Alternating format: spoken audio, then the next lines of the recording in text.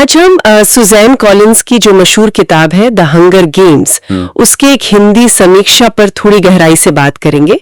हमारे पास ये मतलब एक संक्षिप्त समीक्षा है और कोशिश रहेगी कि इसके जरिए किताब के जो खास पहलू हैं और उसका क्या असर रहा है वो समझें। तो ये समीक्षा हमें बताती है कि कहानी भविष्य की एक ऐसी दुनिया में है, पनेम नाम की जगह है वो, जहां जो सत्ता में लोग हैं वो आम जनता पर जुल्म करते हैं।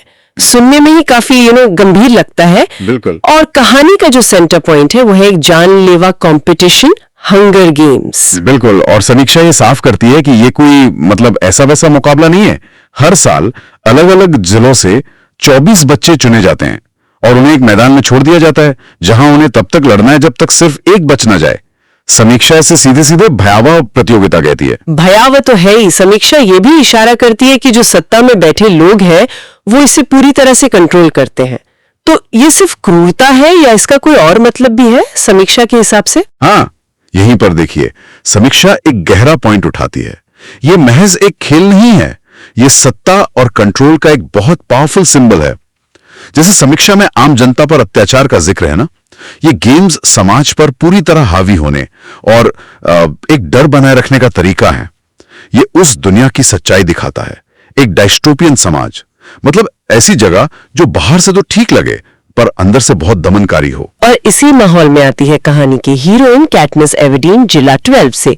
कहानी में एक बड़ा टर्निंग पॉइंट तब आता है जब उसकी छोटी बहन का नाम चुना जाता है गेम्स के लिए और कैटनिस उसकी जान बचाने के लिए वो खुद आगे आ जाती है।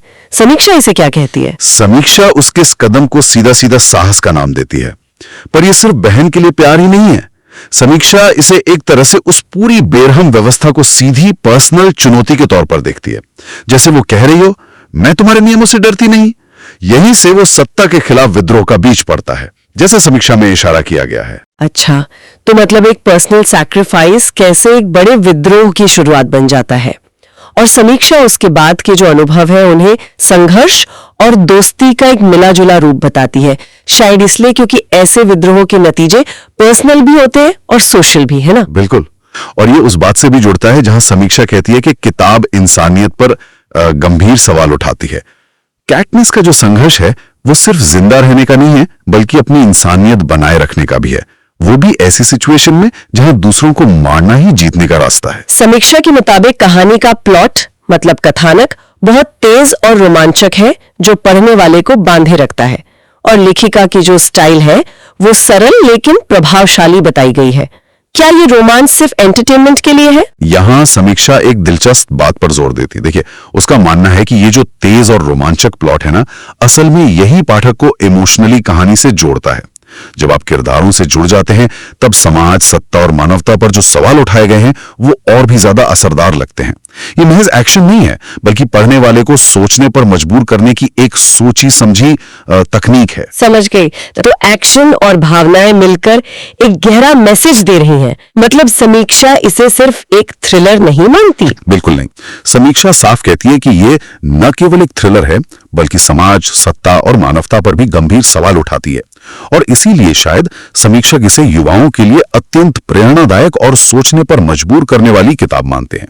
ये उन्हें अपने आसपास की दुनिया को क्रिटिकली देखने के लिए इनकरेज करती है। तो इस समीक्षा से जो मुख्य बातें निकल कर आ रही हैं वो है ये एक रोमांचक डायस्टोपियन कहानी है जो जिंदा रहने की लड़ाई, त्याग और सत्ता के खिलाफ खड़े होने जैसे थीम्स को छूती है। समीक्षक ने इसे काफी पसंद किया है।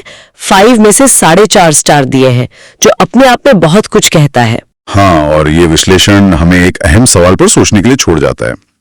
देखिए, समीक्षा दिखाती है कि कैसे ये काल्पनिक कहानी एंटरटेनमेंट के पर्दे के पीछे सत्ता की तीखी आलोचना करती है। क्या यह मुमकिन है कि हमारे अपने समाज में भी, चाहे कितनी अलग या सूक्ष्म रूप में क्यों न हो, मनोरंजन, खेल या कंपटीशन जैसी चीजें कभी कभी सामाजिक हकीकतों या जो असमानताएं हैं उनसे हमारा ध्यान भटकाने या उन्हें अनजाने में मजबूत करने का काम करती हों?